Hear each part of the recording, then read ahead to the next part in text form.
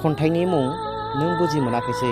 खन्थाइखौ दैथायहरदों नितामनि नार्जारी, बाक्सा सिमलाबारि।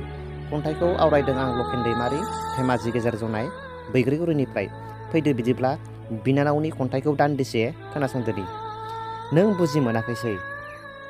फाग्लि गोसोआ आंनि, नोंखौ नुजेननायनिफ्रायनो सानदोंमोन आं नोंखौ आंगो गोसो गोरबो जिउआव बोजबनो।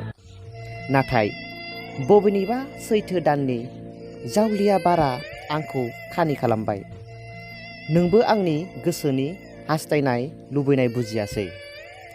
आंनि अननाय सिबिनाय खुलुमनायखौ नों हमदां हायासै। फैमाल खालामलांबाय नों आंनि सिमां मिजिं हाबिलासखौ। मा गोरोन्थि मावामोन आं नोंनि, नोंदि आंखौ एसेबो बुजियासै। जायजों थांदों थादो नों बिजोंनो गोजोन।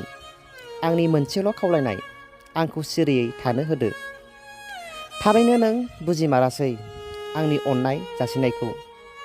थारैनो नों बुजिमारासै आंनि अननाय जासिनायखौ।